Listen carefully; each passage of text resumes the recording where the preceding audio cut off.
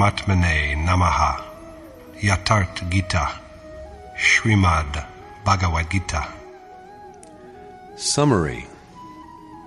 Interpreters usually endeavor to hit upon something novel, but truth is, of course, truth. It is neither ever new, nor does it ever grow old. Fresh issues that find a place in newspaper columns are but temporal events that emerge one day and disappear on the next. But since truth is immutable and permanent, it is always what it is. If one ventures forth to change or modify it, he has evidently not known truth. So all sages who have trodden the path of seeking and reached the supreme goal cannot but proclaim the same truth. So they do not sow dissension, therefore, between man and man. One who attempts to do so is evidently ignorant of truth. What Krishna has revealed in the Gita is the same as sages coming earlier than him had known, and which sages to come hereafter shall speak of, if they have indeed known it. Sages pave and widen the felicitous path by opposing misconceptions and blind customs that but seem like truth and proliferate in its garb. This has been a vital need since the beginning, for many divergent ways come into being with the passage of time. So deceptively like truth do they appear that it is almost impossible to distinguish them from reality and assert that it is so. But since realized sages dwell in the essence, they can recognize ways that are at variance with it. They are capable of representing truth in a definitive form and prompting other men to its pursuit. This is what all seer prophets, Ram, Mahavir, Buddha, Jesus, and Muhammad have done. And so it was with the more recent Tulsidas, Kabir, and Guru Nanak. Deplorably, however, after a sage has departed from the world, instead of following the path shown by him, his followers gradually begin to revere and worship such physical objects as the places of the sage's birth and death, or the spots the sage had frequented during his life. In other words, they proceed to idolize the great soul. Their memory of the sage is indeed sharp and strong at the beginning, but it gets blurred with time, and men come increasingly under the sway of misguided and false notions that finally crystallize into stupid, irrational practices. Many such misguided customs, claiming to represent truth, had flourished in Yogeshwar Krishna's time also. Being a realized sage who had perceived the highest spiritual reality, he opposed these false creeds and thus fulfilled his given obligation of bringing men back to the path of righteousness. Does not he tell Arjuna in the 16th verse of chapter 2 that the unreal has no being and the real has no non-being, and the truth about both has also been seen by men who know the reality? The unreal has no existence, while on the other hand, the real is never non-existent. Krishna also admits at the same time that he is not saying this as an incarnation of God. He is only saying what has also been affirmed by other sages who realized the truth of the soul's identity with the all-pervading Supreme Spirit. Krishna's account of the human body as a sphere of action, kshetra, and of the one who grows spiritually dexterous by subduing it, a kshetragya, is akin to what has also often been professed by other great men of discernment. Elucidating the essence of relinquishment and renunciation in chapter 18, Krishna singles out one of the 4 differing creeds prevailing at his time and defends it. Since truth is one, eternal, and changeless, as a corollary, all sages are one. Krishna discloses to Arjuna in chapter 4 that it was he who had taught the eternal yoga to Vivaswat, the sun god. But how are we, like Arjuna, to lend credence to this assertion? Vivaswat was born in the distant, obscure past, whereas Krishna has had a recent birth, in a remembered time. Krishna resolves Arjuna's doubt by telling him that they have all undergone numerous births. But while men like Arjuna, who have not yet completed their journey of quest, are unaware of their previous births, Krishna, who has beheld his self and realized the unmanifest God, remembers them well. That is why he is a Yogeshwar, a lord of yoga or union. The state he has attained to is therefore ineffable and imperishable. Whenever the spiritual exercise that unites one with God was set in motion, it was initiated by some enlightened saint, be he a Ram or a Zarathustra. The verities that Krishna enunciates in the Gita have also characterized the teaching of seers like Jesus, Muhammad, and Guru Nanak in later times. So all sages belong to one fraternity. They all converge at the same point through their perception of the reality of God. The ultimate goal they arrive at is the same. There are many who venture along the path of realization, but the ultimate bliss they attain to is the same if the process of their worship is successfully accomplished. After realization, they exist as pure, immaculate souls, while their bodies are turned into mere dwellings. Whoever belonging to this state has enlightened mankind is a Yogeshwar, a lord of yoga or union. Like all others, a sage has to be born somewhere. But whether such an individual is born in the East or in the West, among whatever race, among followers of some existing creed or barbarous tribes, or among the poor or the rich, the sage is unshackled by the established traditions of the people among whom he is born. A sage rather holds God as his supreme goal, sets upon the way that leads towards him, and ultimately becomes what that supreme being is. So there can be no distinctions of caste, class, color, or wealth in the teachings of the realized sage. A sage loses sight even of the physical difference of the sexes, male and female. For enlightened persons, as is pointed out in the 16th verse of chapter 15, there are only two kinds of beings in all the world, the mortal and the immortal. Whereas the bodies of all beings are destructible, their souls are imperishable. So it is regrettable that disciples of sages, coming in later times, devise their own peculiar, narrow-minded creeds and dogmas. Whereas the followers of one of these sages name themselves Jews, others call themselves Christians, or Muslims, or Hindus.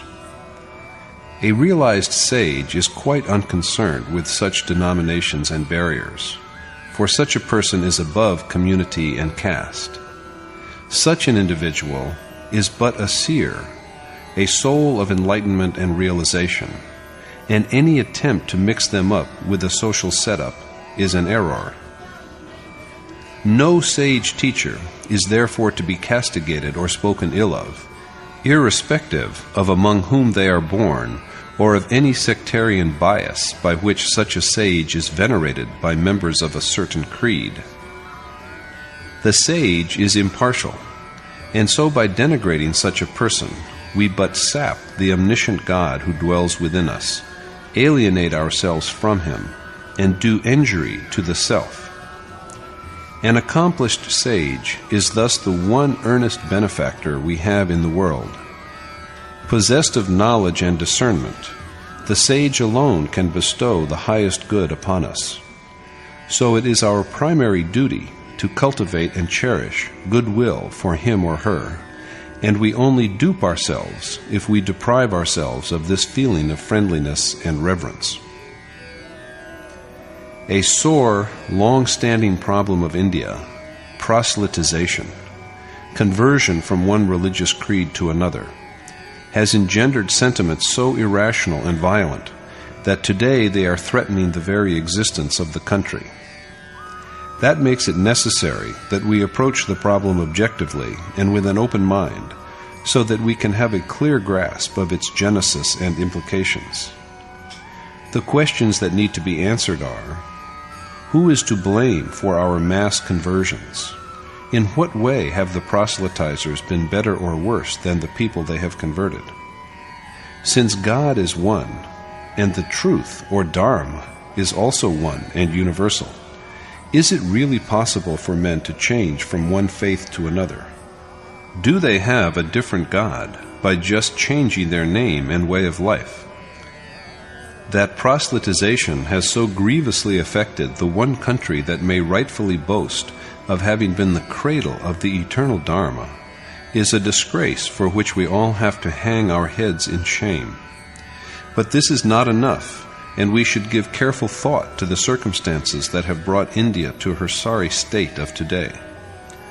Delusions had grown so rank at the time of Muslim invasions in the Middle Ages that Hindus really came to believe that they would lose their Dharma if they but ate a handful of rice or drank a mouthful of water from the hands of an alien.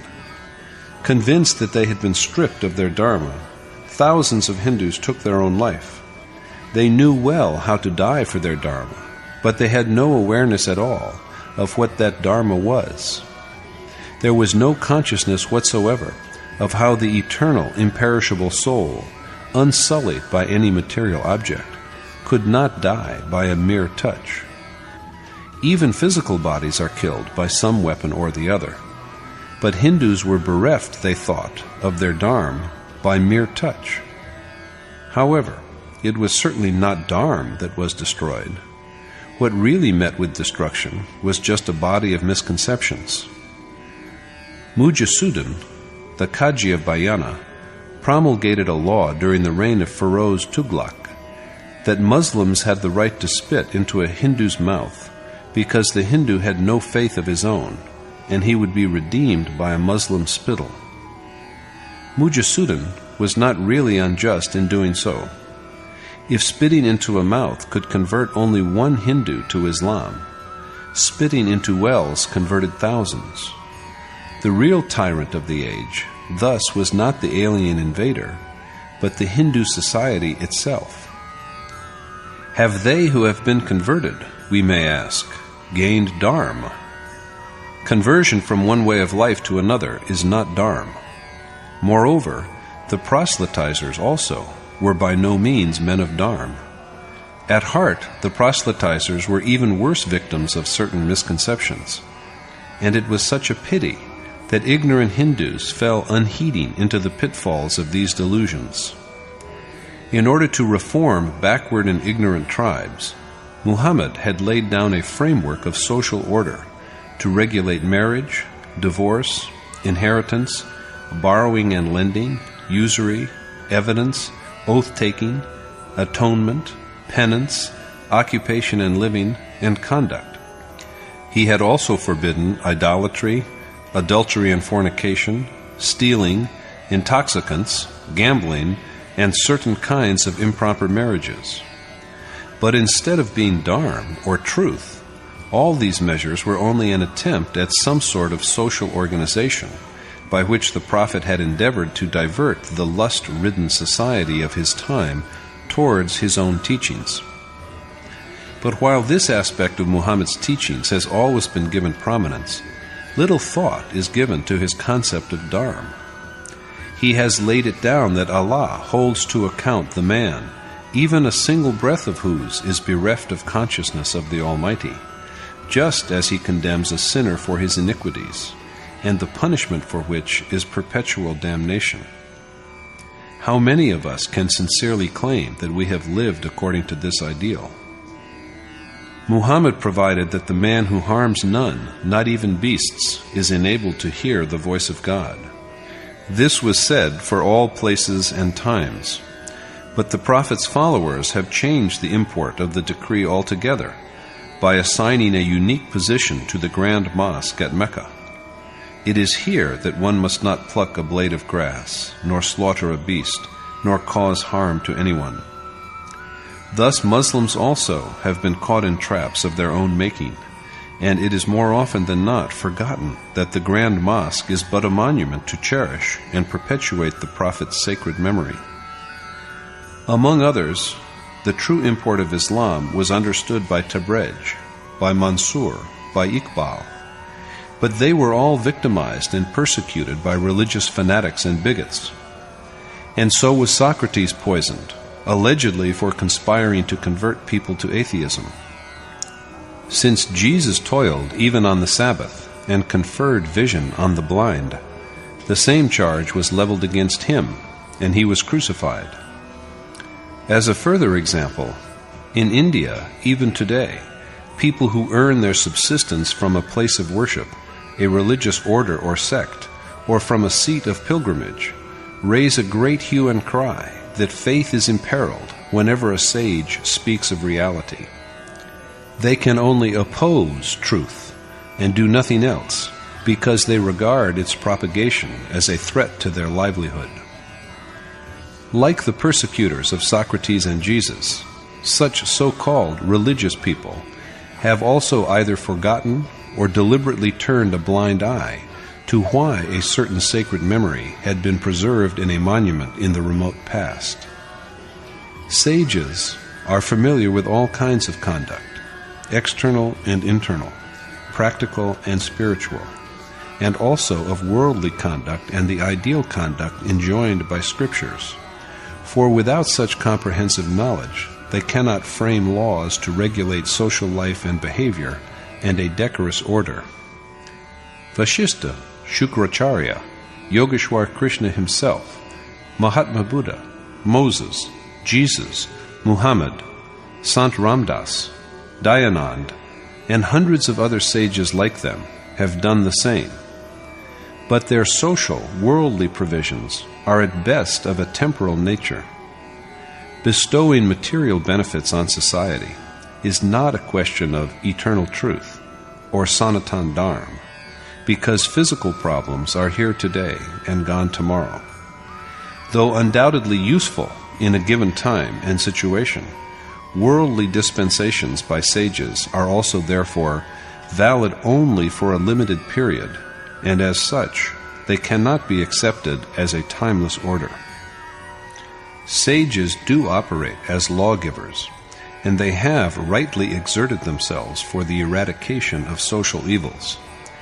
The undertaking of worship of the Supreme Spirit, in a spirit of discernment and renunciation, may not be possible if these evils are not eliminated.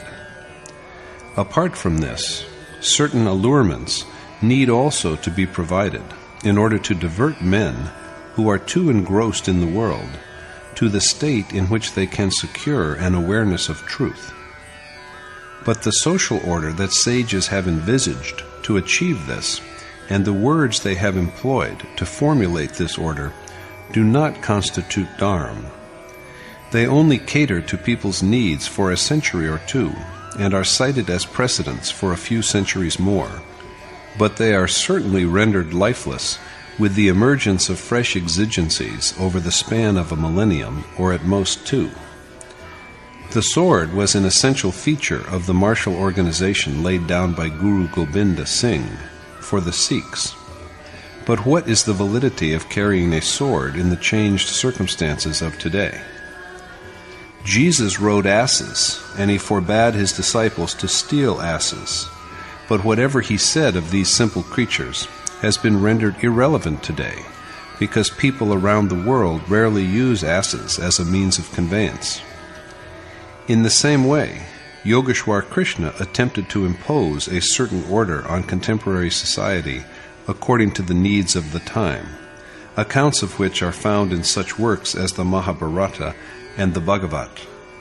Along with this, however, these works also portray the ultimate reality, the spiritual essence, from time to time, and we shall certainly fail to comprehend both the social aspect and the truth if we mix up the ordinance for the attainment of final liberation with the social provisions. Followers are sadly drawn more by the social worldly provisions, which they hasten to adopt, not only as they are, but in a much overdone form, and are ever ready to quote sages in defense of the social norms they have accepted. And they do not realize that in doing all this, they are in fact only distorting the righteous and true action that realized sages have recommended, and turning it into so many forms of self-deception. Prejudices, born out of ignorance, have grown and persisted in respect of all holy books, be it the Ved, the Ramayana, the Mahabharata, the Bible, or the Koran. The primary concern of sages is kshetra, the sphere of internal action. It is often advanced that there are two spheres of action, external and internal, but this is not true for a sage. Such a person speaks only of one sphere, although listeners may interpret him differently according to their own individual predilections. It is thus that a single pronouncement is assigned various implications. But the soul that has attained to Krishna's state by gradually making his way on the path of worship beholds what was perceived by the Lord himself. He alone recognizes the signs provided in the Gita and knows what really the Yogeshwar intended to say. Not even one verse in the whole Song of Revelation, that is the Gita, is concerned with the phenomena of external life. We all know what to eat and how to dress ourselves. Dictated by time, place, and circumstance, variations in mode of living, assumptions, and considerations that regulate social behavior are a gift from nature. So what provisions could Krishna make for them? If some societies adopt polygamy because their girls outnumber boys, others accept polyandry because there are fewer girls, what laws could Krishna formulate for this? Some underpopulated nations exhort their people to have as many children as they can and reward them for this. In the Vedic age in India, it was prescribed that a couple have at least 10 children. But in the changed conditions of today, the ideal is 1 child, or at the most 2. The best thing, of course, is to have no child at all. The less children, the fewer the problems of the country will be in this age of overpopulation. Now, what rules could Krishna lay down for this? It is not that the Gita is quite unconcerned with material life and prosperity.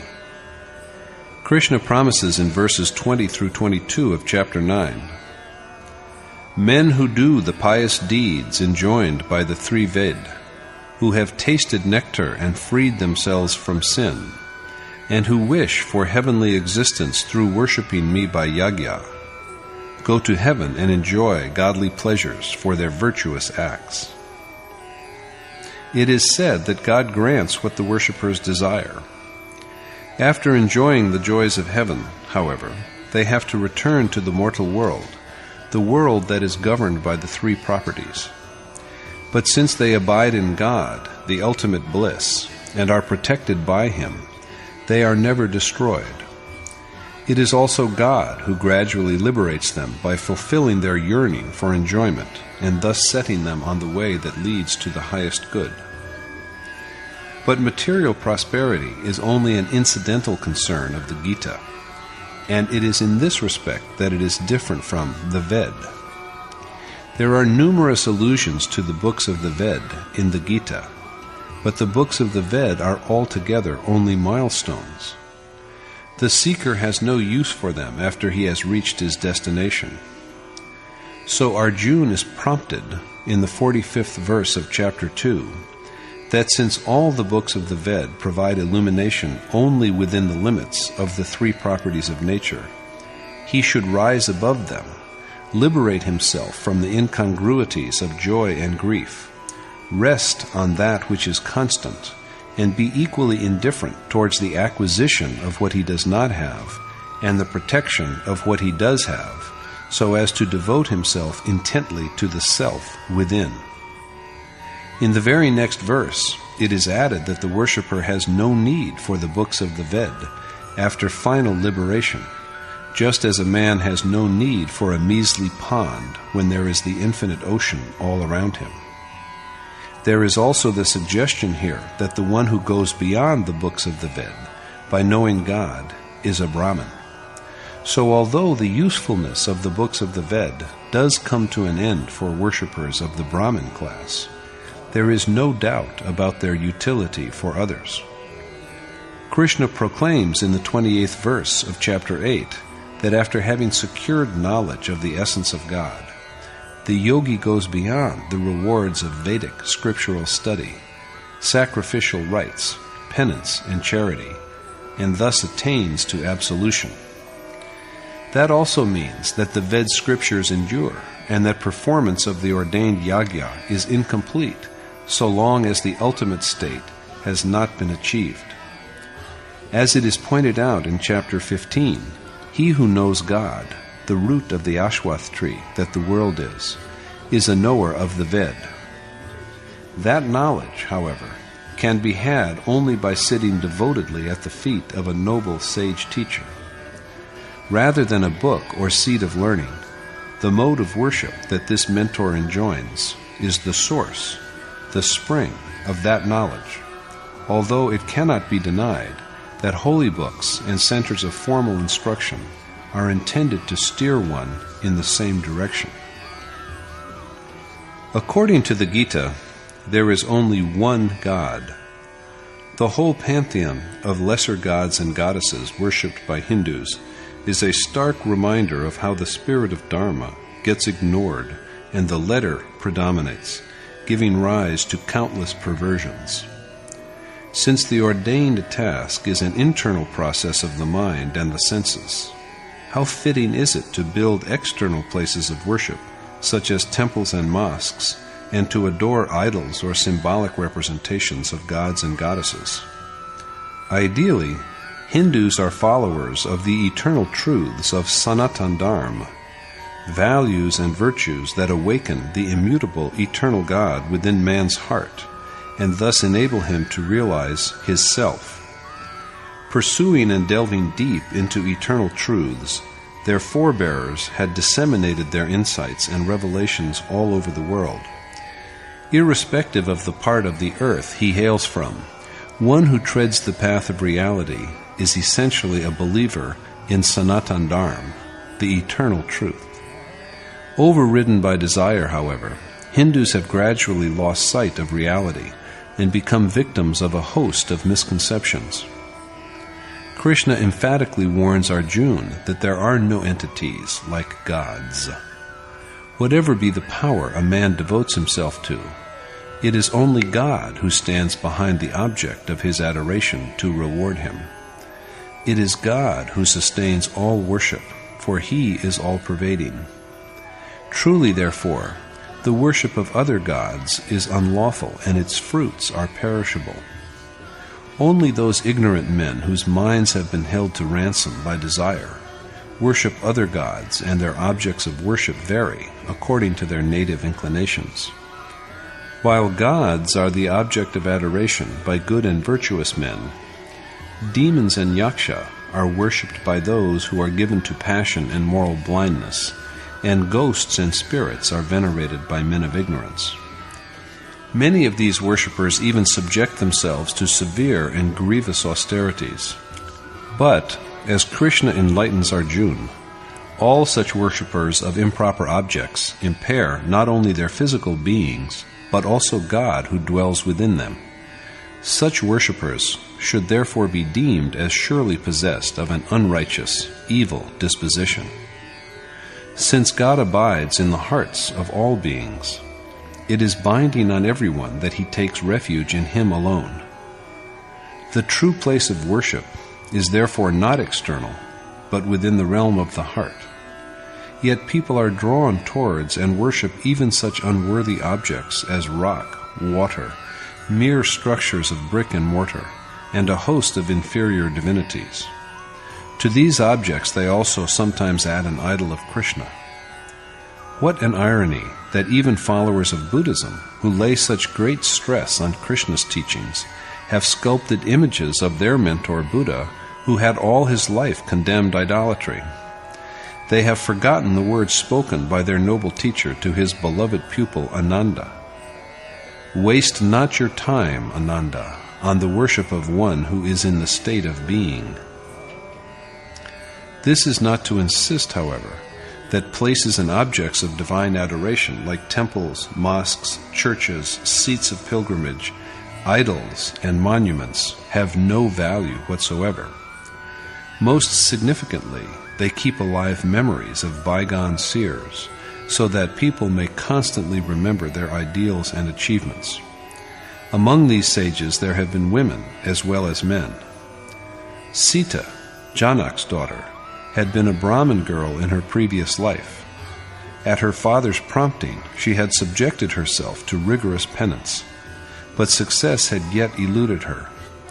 In her next life, however, she was rewarded when she achieved union with Ram and came to be regarded as immaculate, like God himself, and immortal, and as Maya, God's divine consort.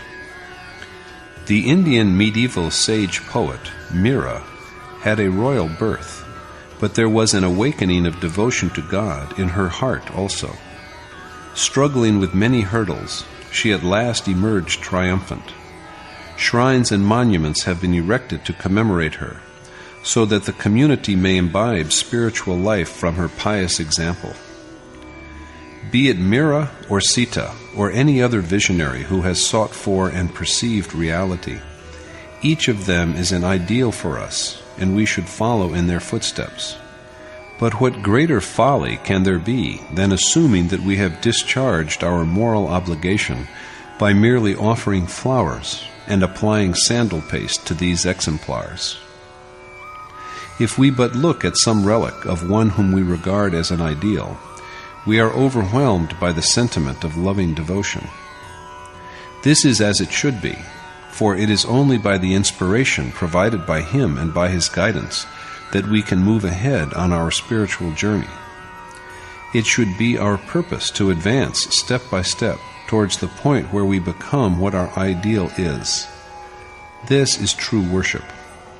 However, although it is right that we do not in any way slight our ideals, we shall be guilty of straying from our goal and be wide off our mark if we complacently believe that offering of leaves and flowers is all that is needed for achievement of the propitious end.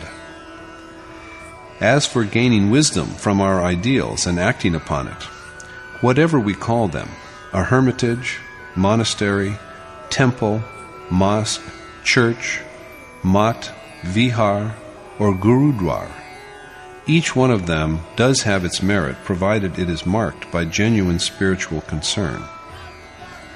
Whose is the memory or image consecrated in these monuments? What was their accomplishment? What penances did they go through for it? And how did they make their attainment? It is to learn the answers to these questions that we should go to centers of worship and pilgrimage. But these centers are profitless if they cannot enlighten us by example on the steps by which some accomplished soul had finally reached their goal. They are also of no value if they cannot present us with a setup that is truly propitious. In that case, all such centers can offer is some blind established creed or practice. If it is so, we doubtlessly cause ourselves harm by frequenting them. These centers of worship had originally come up to obviate the arduous necessity of individuals going from one home to another for instruction and preaching, and to replace it with collective religious discourse. But in the course of time, idolatry and irrational adherence to entrenched conventions supplanted Dharma and gave rise to innumerable misguided notions. The syllable Om is to Hindus the symbol of the one God that the Gita illuminates. Om, also called Pranav, the word or sound, expresses the Supreme Being. In the Vedic literature, it is said that the past, present, and future are all nothing but Om. The syllable represents the omnipresent, omnipotent, changeless God. From Om are born all that is propitious, all faiths, all celestial beings, all the Vedic scriptures, all yagya, all utterances, all rewards, and all that is inanimate or animate. Krishna tells Arjuna in the 8th verse of chapter 8, I am the sacred syllable Om.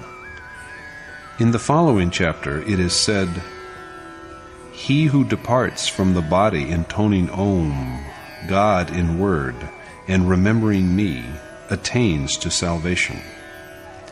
And he too, Krishna affirms in the 17th verse of chapter 9, is the bearer and preserver of the whole world, as also the giver of rewards for action, father, mother, and also the grandsire, the sacred imperishable Om, who is worthy of being known, and all Ved, Rig, Sam, and Yajur.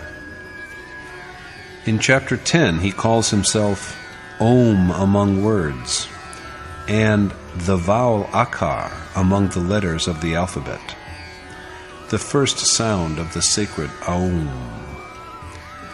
The 23rd verse of chapter 17 declares that Om, Tat, and Sat are three epithets used for the Supreme Being, from whom at the outset there came forth Brahman, the Ved, and Yagya. And in the very next verse it is added, It is hence that the deeds of Yagya, charity, and of penance, as ordained by Scripture, are always initiated by the devotees of Ved with a resonant utterance of the syllable Om. Krishna's final verdict is that recitation of Om is a prime necessity, and that its proper mode has to be learnt by sitting devotedly at the feet of some accomplished sage. Krishna is an incarnation, but he is also a sage, a noble teacher-preceptor, who is the giver of yoga. As we have just seen, according to the Yogeshwar, the knowledge of the way that leads to the ultimate good, the means of embarking on it, and of its attainment, is derived from a noble, accomplished mentor. Even roaming about from one holy place to another, or similar other strenuous exertions, cannot bring this knowledge within our reach in the absence of a teacher who can impart it to us.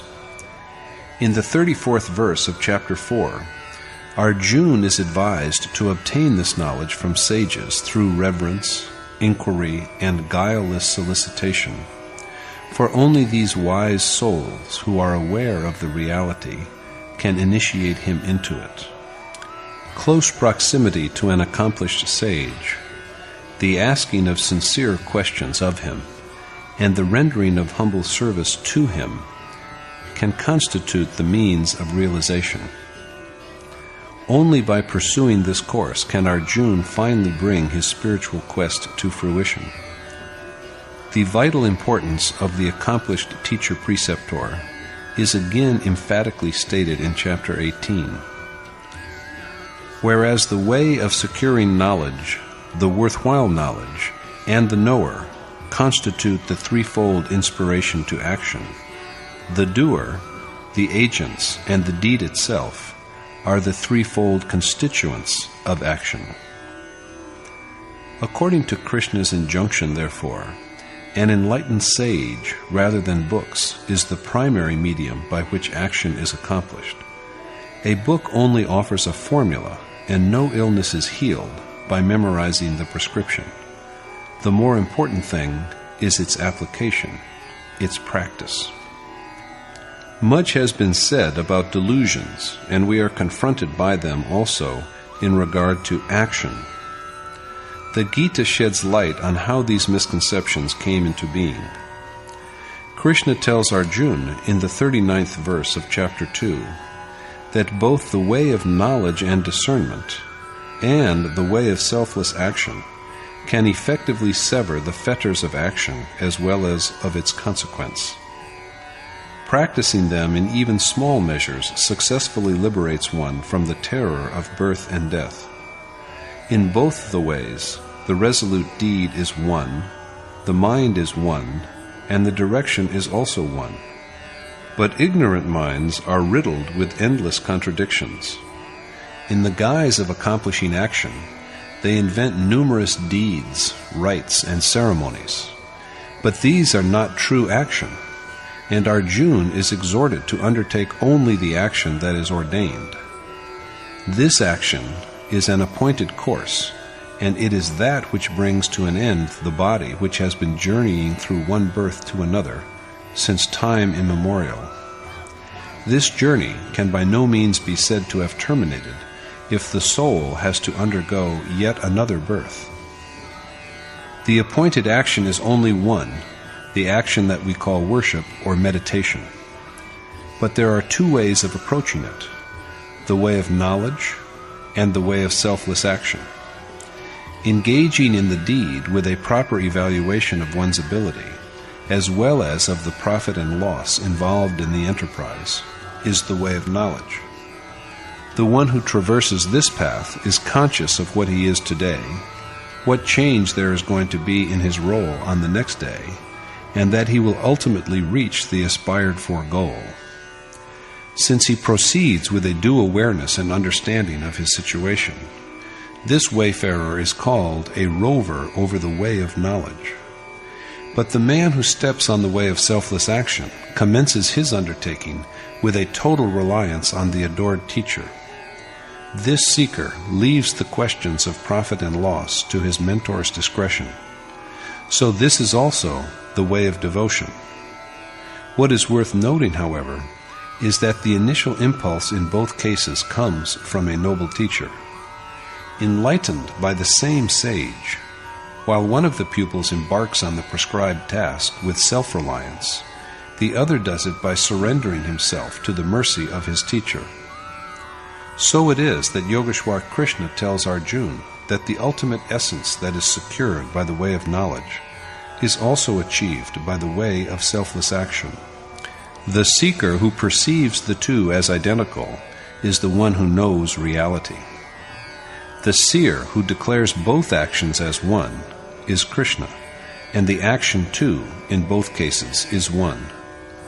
Treaders on both paths have to relinquish desire, and the outcome of the two disciplines is also one. Only the attitudes with which this action is undertaken are two. This one action, the ordained action, is yajna. Krishna has explicitly told Arjuna in the 9th verse of chapter 3, "Since the conduct of yajna is the only action and all other business in which people are engaged are only forms of worldly bondage, O son of Kunti, be unattached and do your duty to God well." True action is that which frees the self from shackles of the world. But what precisely is this deed, the undertaking of yajna, which effects the accomplishment of action? In chapter 4, Krishna has elucidated yajna in more than a dozen ways, which are collectively but a portrayal of the mode that provides access to the Supreme Being. In fact, all the different forms of yajna are internal processes of contemplation, forms of worship that render God manifest and known. Yajna is thus the special, ordained means by which a worshipper traverses the path that leads to God. The means by which this appointed task is accomplished, regulation and serenity of breath, meditation, reflection, and restraint of the senses, constitute action. Krishna has also made it clear that yajna has nothing to do with non-spiritual matters, and that the yajna which is performed by means of material objects is indeed contemptible. It is so even if we offer sacrifices worth millions. True yajna is performed by internal operations of the mind and the senses. Knowledge is the consciousness of the immortal essence that ensues from yajna at its successful completion. Yogi who are blessed with this transcendental awareness become one with God. And once the goal that had to be achieved is reached, there is no need for any further action by the liberated soul. For all action merges into the knowledge that is gained from direct perception of the ultimate essence. The liberation of the soul is thus also liberation from action. The Gita speaks of no action other than this appointed action, the yagya that achieves God realization. This has been repeatedly emphasized by Krishna. It is yagya which he has named the ordained task, the deed that is worth doing, in the opening verse of chapter 6. It is further pointed out in chapter 16 that the undertaking of yagya commences in the real sense only after lust, anger, and greed have been completely forsaken, in verse 21. The more a man is absorbed in worldly business, the more tempting do desire, anger, and greed appear to him. In chapters 17 and 18 also, while dwelling upon the task that is appointed, worthy and righteous, Krishna has affirmed over and over that this one ordained action is the most propitious. Unfortunately, however, in spite of Krishna's repeated warning, we persist in assuming that whatever we do in the world is, quote, action, and that there is no need for any relinquishment. All that is needed for our deeds to be selfless is that we should not aspire after the fruits of our labor. We erroneously persuade ourselves that the way of selfless action is accomplished by just our undertaking a task with a sense of obligation, or that the way of knowledge, of renunciation, is achieved by a mere surrender of whatever we do to God. Similarly, no sooner is the question of yagya broached than we fabricate the 5, quote, great sacrifices, such as offering oblations to all beings, bhut yagya, or water libations to departed ancestors, or sacrifices to fire to appease superior gods like Vishnu, and promptly rush to perform them loudly chanting Swaha. Had Krishna not made a specific pronouncement in regard to yagya, we should have been at liberty to follow the dictates of our will. But it is a demand of wisdom that we obey what is laid down in Scripture. Yet we obstinately refuse to act upon Krishna's precepts because of the sinful legacy of numerous misguided customs and creeds, as well as modes of worship, that we have inherited and which bind our minds in chains of ignorance. We can run away from material possessions, but the preconceptions that lurk in our minds and hearts pursue us wherever we go. And if we ever deign to abide by Krishna's teachings, we cannot help distorting them into the shape of our deluded, preconceived notions. It is evident that yagya necessarily entails renunciation. So naturally, we have the question if there is any stage before the ultimate realization at which one may forsake this action in the name of renunciation. It appears from the nature of Krishna's argument on the question that at his time also there existed a sect, the members of which bragged of being renunciates because they did not kindle fire and had even given up meditation. As opposed to this, Krishna has asserted that there is no provision for abandonment of the ordained action on either the way of knowledge or the way of devotion. The enjoined task has to be set upon. This is an inescapable necessity. By constant and resolute practice, the act of worship is progressively refined and finally rendered so subtle that will and desire are completely subdued and stilled. True renunciation is only this total cessation of will and desire, and there is no sacrifice earlier than this accomplishment that could be called renunciation. In chapter after chapter, for instance, chapters 2, 3, 5, and 6, and especially in the final chapter, it is underlined that no man becomes a yogi, a self-denier, by just not lighting fire or by relinquishment of action. If we but understand the nature of yagya and action, we will also easily comprehend the other issues raised in the Gita, the issues of war, of the 4-part organization of action, of Varnsankar, and of the way of knowledge, as well as the yoga of action. That means the entire message of the Gita. Arjuna did not wish to fight. He cast away his bow and sat down despondently in the rear of his chariot. By imparting the knowledge of action to him, then, Krishna not only convinced him of its validity, but also induced him to take up his appointed task. Since Arjuna is exhorted to take up arms and fight in almost a score of verses, doubtlessly there was a war, but there is not a single verse in the whole of the Gita which approves of physical slaughter and bloodshed. This is clearly seen from chapters 2, 3, 11, 15, and 18, because the action that is stipulated in all of them without exception is the deed that is ordained and performed through solitary meditation, and in which the mind is reined in from all objects other than the cherished goal.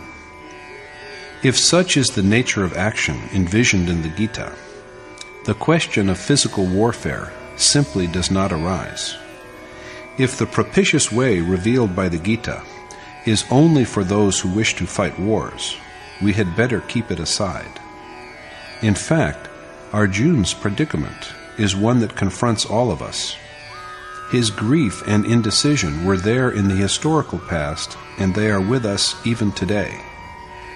When we try to restrain our minds and concentrate with all our being, we are shaken by such infirmities as desire, anger, infatuation, and disenchantment. To fight these maladies and destroy them is war.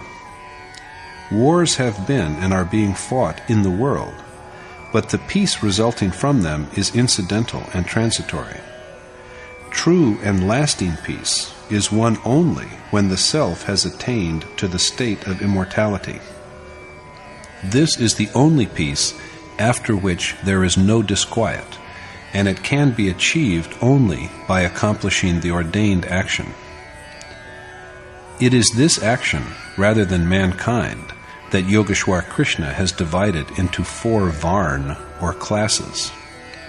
A worshipper with inadequate knowledge is at the Shudra stage, so it is incumbent upon him to begin his quest with the rendering of service as required by his native ability, for thus alone can the proficiencies of the Vaishya, Kshatriya, and Brahmin classes be gradually inculcated in him. Thus only will he be enabled to ascend step by step. At the other end, the Brahmin also is flawed, because he is yet distant from God. And, after he has merged with that Supreme Being, he ceases to be a Brahmin.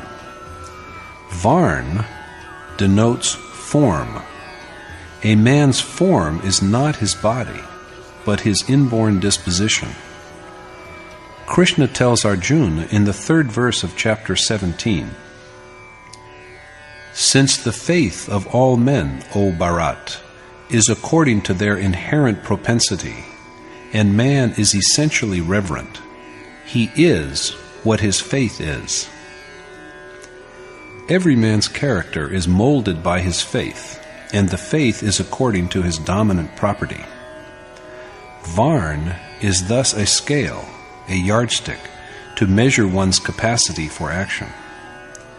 But with the passing of time, we either grew oblivious of or discarded the appointed action, began to decide social status by heredity, thus treating Varn as caste, and laid down rigid occupations and modes of living for different men. This is social classification, whereas the classification made in the Gita is spiritual. Moreover, they who have thus twisted the meaning of Varn have also distorted the implications of action so as to protect their hollow social standing and economic privileges.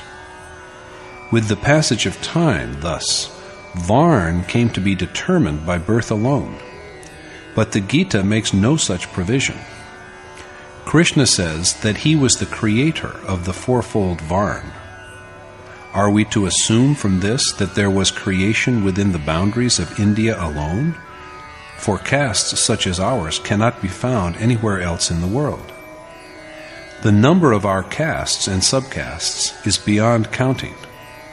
Does this mean that Krishna had divided men into classes?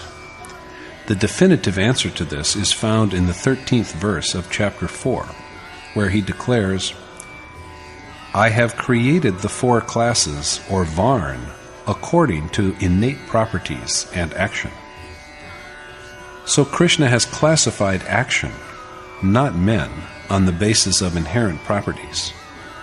The meaning of varn will be understood without difficulty if we have grasped the significance of action, and the import of varn sankar will be clear if we have comprehended what varn is.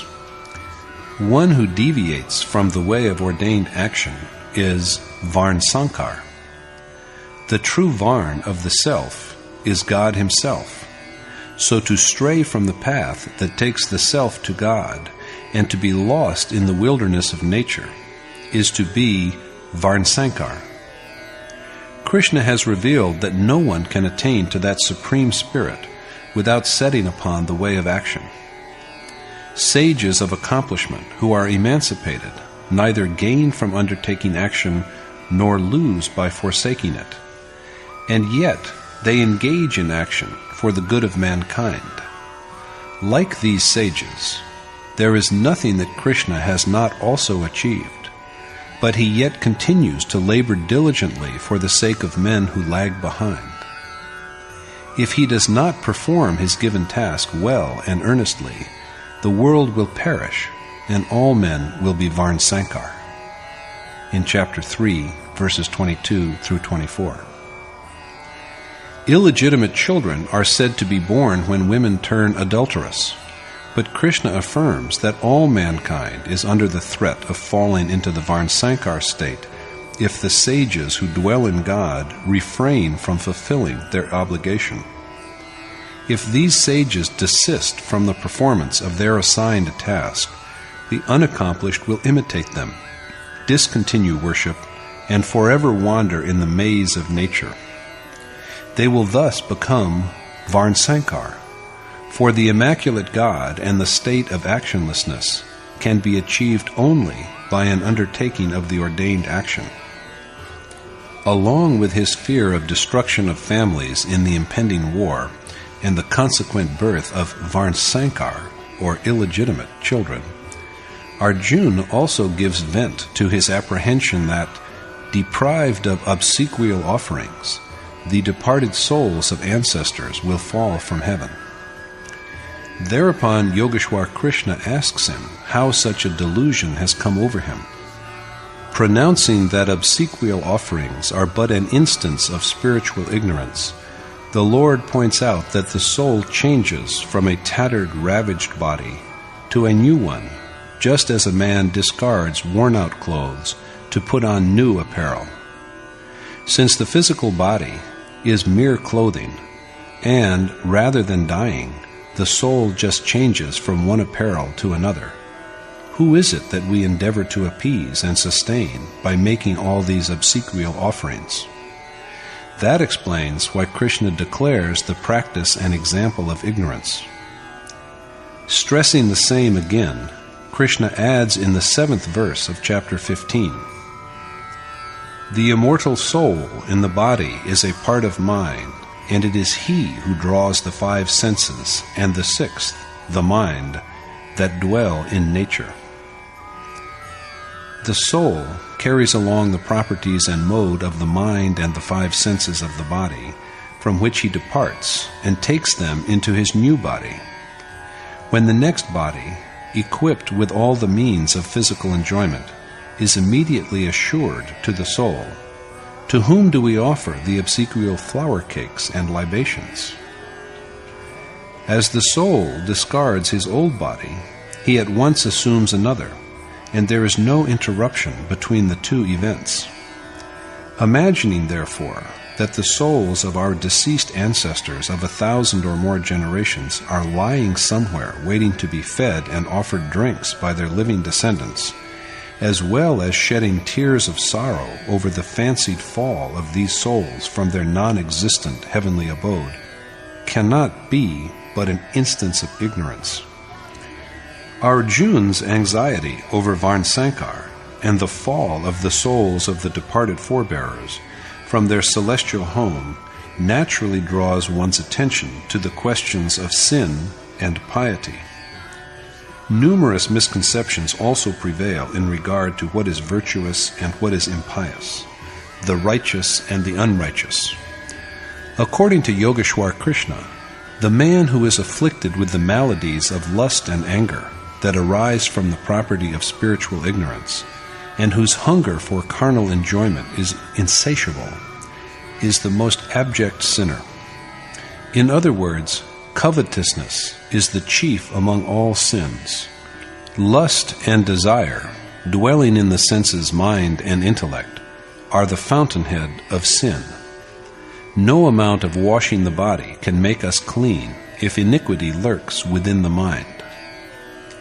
Declaring that the mind and senses are purged by constant remembrance and recitation of the name, by steady meditation, and by resigning oneself as well as rendering earnest service to some realized accomplished sage who has grasped the essence, Krishna urges Arjuna in the 34th verse of chapter 4 to undertake these deeds.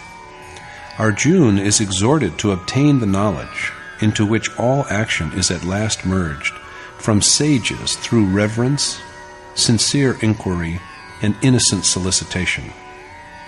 This knowledge, awareness of the highest spiritual truth, annihilates all sin. The same idea is stated differently in chapter 13, when Arjuna is told that whereas wise men who partake of the food ensuing from yajna are liberated from all sin, the impious who only covet gratification of physical desires subsist on nothing but sin. Yajna is, as we have seen, a certain process of meditation by which all influences and impressions of the world, animate as well as inanimate, stored in the mind, are reduced to nothing. God is the only remnant that is left behind. So, while sin is that which engenders bodies, acts of piety enable a man to realize the indestructible, eternal essence, after which the soul is freed from the compulsion of assuming yet another body. Rid of wicked and conflicting passions, the doers of virtuous action, which brings the cycle of birth and death to an end, worship and adore the Supreme Spirit with an avowed resolve.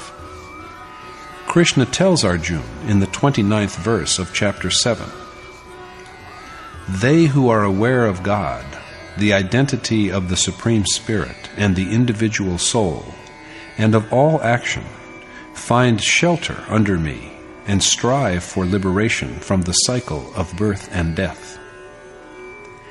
They who know Krishna as well as they know the Supreme Being who animates all beings, all divinities, and yajna, and whose minds are absorbed in him, come to know the God in Krishna and are united with him forever. Piety is therefore that which induces the self to rise above birth and death and all evils, so as to know the eternal, immutable reality and forever dwell in it. By the same logic, that deed is sinful which constrains the self to go round and round within the boundaries of mortality and of grief and spiritual sickness. It is said again in chapter 10 that the wise man, who knows Krishna's essence as the birthless, eternal, and supreme God of the entire world, is freed from all sins. It is only the direct perception of God, as we have been enlightened, that liberates the soul from sin. In brief, therefore, whereas that which effects repeated birth and death is sin, the deed that prompts one towards God and begets the ultimate repose is piety. While merits such as truthfulness, relying upon the product of one's own labor, regarding women with the loving reverence that is felt for one's own mother, and integrity are also important concomitants of virtue, true piety is, of course, the realization of God. The man who offends against faith in God is a sinner. In the popular imagination, sin and hell always go together. Now, what is this hell?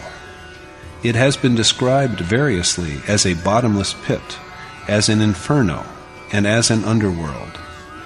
Giving an account of the property of ignorance, Krishna has pointed out in chapter 16 that, misguided in numerous ways, enmeshed in the webs of attachment, and inordinately fond of sensual pleasure, men fall into the most defiled hell. Light is shed on the nature of this hell in the 19th verse of the same chapter, when Krishna says, "I forever condemn these abhorring, sinful, and cruel men, the most abject among mankind, to inferior births." Ignorant and wicked men who entertain a feeling of hostility against God are perpetually condemned to repeated birth in lower forms of life. As for what takes one to this hell, it is declared in the same chapter that lust, anger, and greed, all destructive of the sanctity of the self, are the three gateways to hell. It is these maladies, more than any others, that constitute the aggregate of devilish impulses. So hell, as visualized in the Gita, is degradation to recurrent birth in base forms.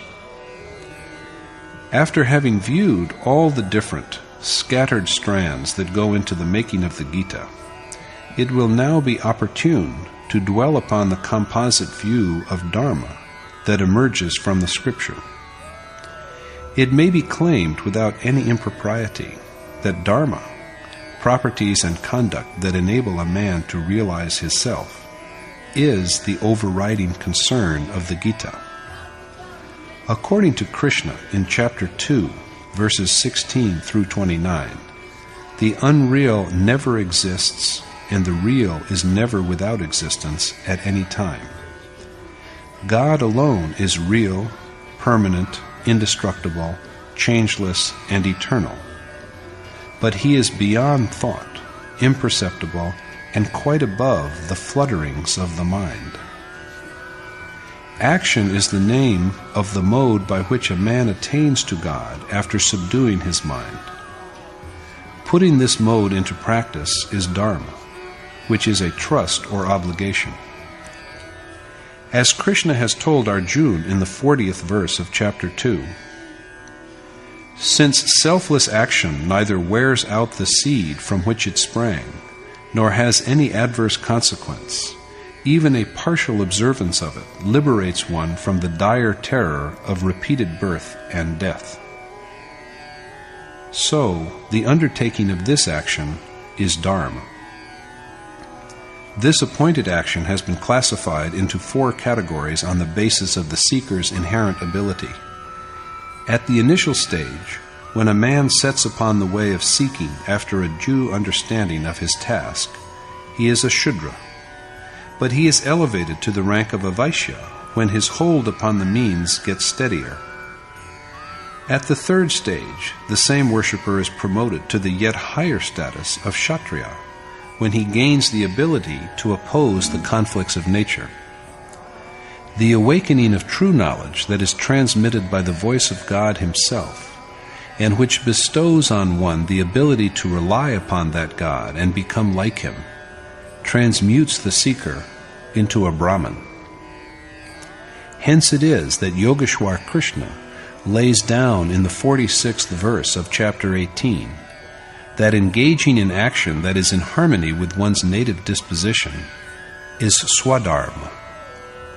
Though of an inferior merit, the discharge of one's natural obligation should be preferred. The undertaking of a deed of superior merit is, on the other hand, improper and injurious if it is attempted without cultivating the ability that is commensurate with it. Even losing one's life in the fulfillment of one's inborn calling is better, because the body is a mere garb, and no one is really changed by putting on a different apparel. When taken up again, the spiritual exercise is resumed from the same point at which it was discontinued. Thus climbing from step to step, the seeker at last attains to the immortal state. The same is re-emphasized in the 47th verse of the concluding chapter, when it is said that a man attains to ultimate liberation by worshipping God well according to his inborn inclination. In other words, remembering and meditating on God by the appointed mode is Dharma. But who is the man entitled to this spiritual discipline called Dharma? Who has the privilege of approaching it? Shedding light on the problem, Krishna tells Arjuna that even the most degraded man is rendered virtuous if he worships him, Krishna, the one God, with intentness, and his soul is then merged with God, who is the ultimate reality and Dharma. So, according to the Gita, that man is pious who performs the appointed task in keeping with his innate property to realize God. Arjuna is counseled at last to forsake all his other obligations and seek refuge in Krishna. So that man who is wholly devoted to the one God is endowed with piety.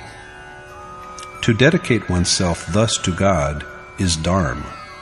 The process by which the self is enabled to attain to the Supreme Being is Dharma. The awareness that comes to sages after their hunger for union with God has been quenched because of their achievement of the ultimate state is the only reality in all of creation. So we have to seek refuge in these men of enlightenment and wisdom in order to learn how we can make our way along the path that leads to final bliss. That path is only one, and embarking on it is Dharma. Dharma is an obligation, a sacred trust. It is propitious, and the mind that applies itself to this enjoined task is also one and unified, as said in chapter 2, verse 41. Offering the functions of the senses and the operations of the life winds to the fire of yoga, self-restraint, kindled by the knowledge of God, is Dharma, as stated in chapter 4, verse 27. When self-control is identical with the soul, and the operations of breath and the senses are thoroughly stilled, the current which arouses passions and the current that bears one towards God merge into one in the self. Realization of God is the sublime culmination of the spiritual process. The felicity offered by the Gita is its illumination of the hidden truth of God for the enlightenment of all mankind. There are no schools that impart instruction in lust, anger, greed, and delusion to their pupils. And yet there are youngsters who are better versed in these vices than even their elders. What can Krishna teach us in regard to this?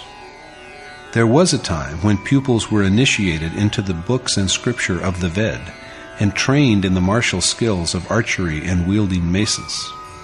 But no one cares to learn these things today, because ours is an age of automatic machines and self-propelled weapons.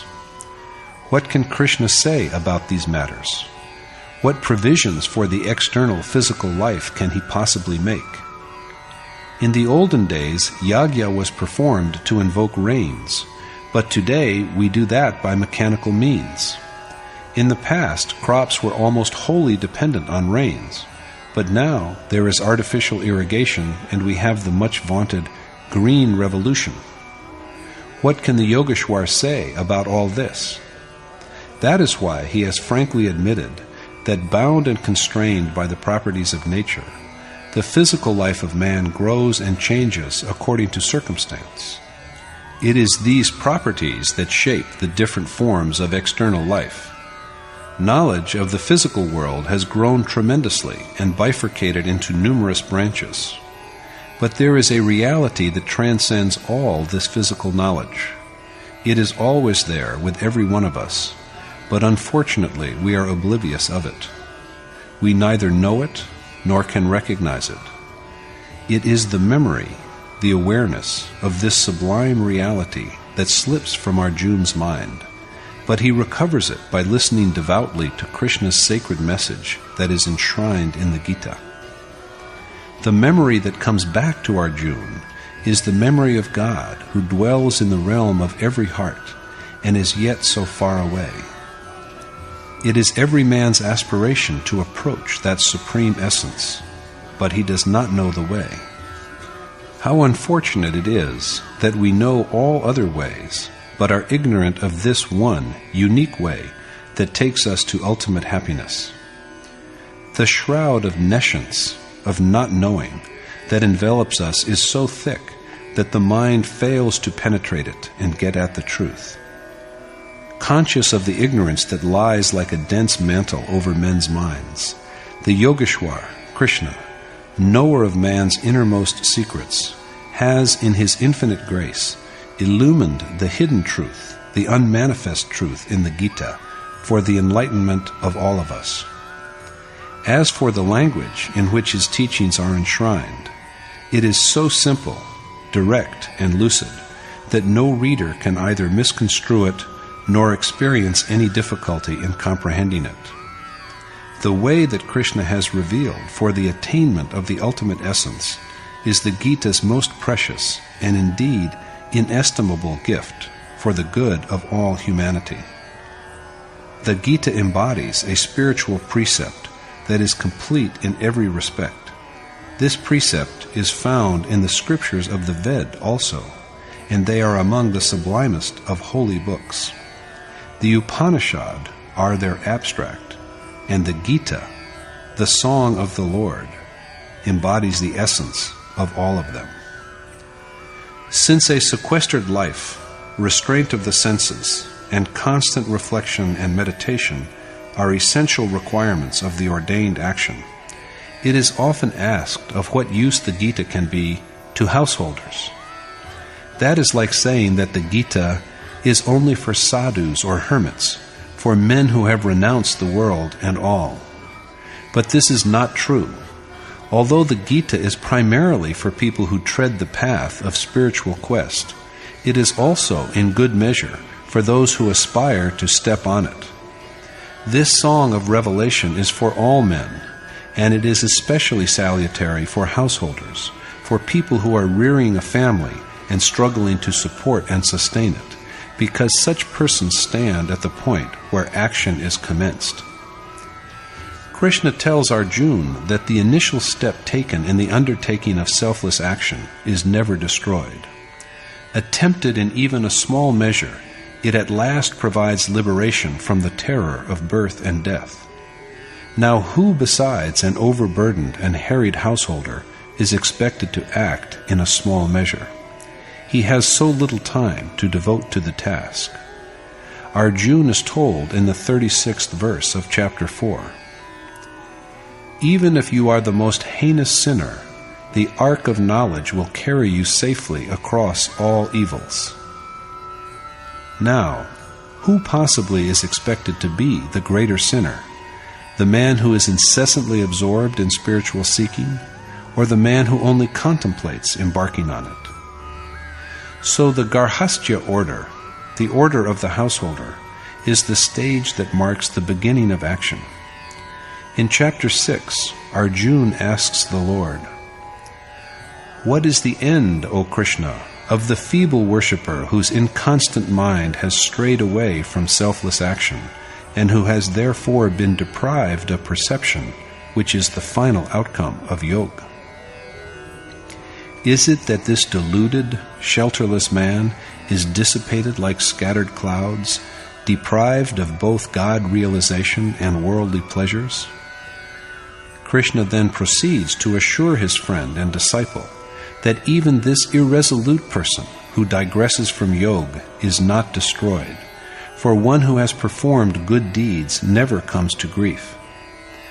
With his sanskar, such a person is either born in the house of a noble man or admitted to the family of an enlightened yogi.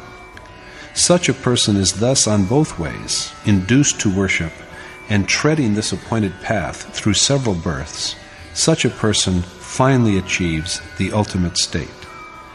All this is relevant to a householder more than to anyone else. Is not such a person, in fact, reborn as a householder because of his wandering from the way of selfless action? And this accident of birth is what bestows on him an inclination towards spiritual seeking and worship. In this context, Krishna further declares in the 30th verse of chapter 9, "Even if a man of the most depraved conduct worships incessantly, he is worthy of being regarded as a saint, because he is a man of true resolve." Who can be more fallen, the person who is already absorbed in divine adoration, or the person who has not yet been initiated into the process? Even women, Vaishya and Shudra, who are said by the ignorant to be of inferior birth, Krishna promises in the 32nd verse of the same chapter, attain to the supreme goal by taking refuge in God. What is pledged here is thus for all mankind, Hindus, Muslims, Christians, and all others. Even men of sinful conduct can achieve final emancipation by finding shelter under God. A householder is not essentially a sinful person. Moreover, the order to which such a person belongs is, as we have already seen, the starting point of the scripturally ordained action. Climbing ever higher, although step by step, the householder will also achieve the state of a yogi and become a part of the supreme essence, and then his form will be, as Yogeshwar Krishna says, like the form of God himself. The Gita is for the pious hermit, for the householder, and for all mankind. Many a sage, like Maharshi Patanjali, has elucidated the mode, in isolation from questions of social order and organization, that begets the highest felicity. Yogeshwar Krishna also finds the way more salutary. Also, his message is for only deserving pupils. He reminds Arjuna time and again that he has imparted the knowledge to him because he is his loving devotee and because he, Krishna, wishes to do him good. This knowledge is the most secret knowledge, secret because it is meant for only men of the required spiritual preparedness. So Arjuna is at the end bidden that before he passes on this knowledge to another man, he must wait, if the person is not a true devotee, until such person is brought over to the ordained way. Observance of such a precaution in the imparting of this most mysterious knowledge is essential, for this knowledge is the one and only means of final salvation. And the Gita is a systematic account, in Krishna's words, of this transcendental knowledge. Sacred books are useful in the same way as monuments and places that remind us of the ideals and achievements of some departed sage. They tell us of the dynamic spiritual process which Yogeshwar Krishna calls the ordained action, in order that we may know and be inclined to undertake it. In case we are overtaken by loss of remembrance sometimes, we go back to these works to refresh our memory. But these holy and sacred books are of absolutely no avail if we just sprinkle grains of rice and sandal paste on them and then relegate them to a high shelf in our library. A noble work like the Gita is a marker, a sign, that directs us along the right path and provides support right up to the time when the destination is reached. We look up to holy books so that we may constantly advance towards the cherished goal. But after the heart has once seized it, the goal itself is transformed into a book. Veneration of noble memories is desirable, but a blind worship of them is deplorable. As for the present exposition, it is called Yatharth Gita because it is an attempt to elucidate the meaning of Krishna in its true perspective. Embodying the whole means of ultimate liberation, the Gita is self-contained. there is not a single point in it that may engender any doubt. But since it cannot be grasped on an intellectual plane, there may arise what only appear to be doubts. So if we fail to comprehend any part of the Gita, we can resolve our doubts, as did Arjuna, by sitting devoutly by a sage who has perceived and realized the essence.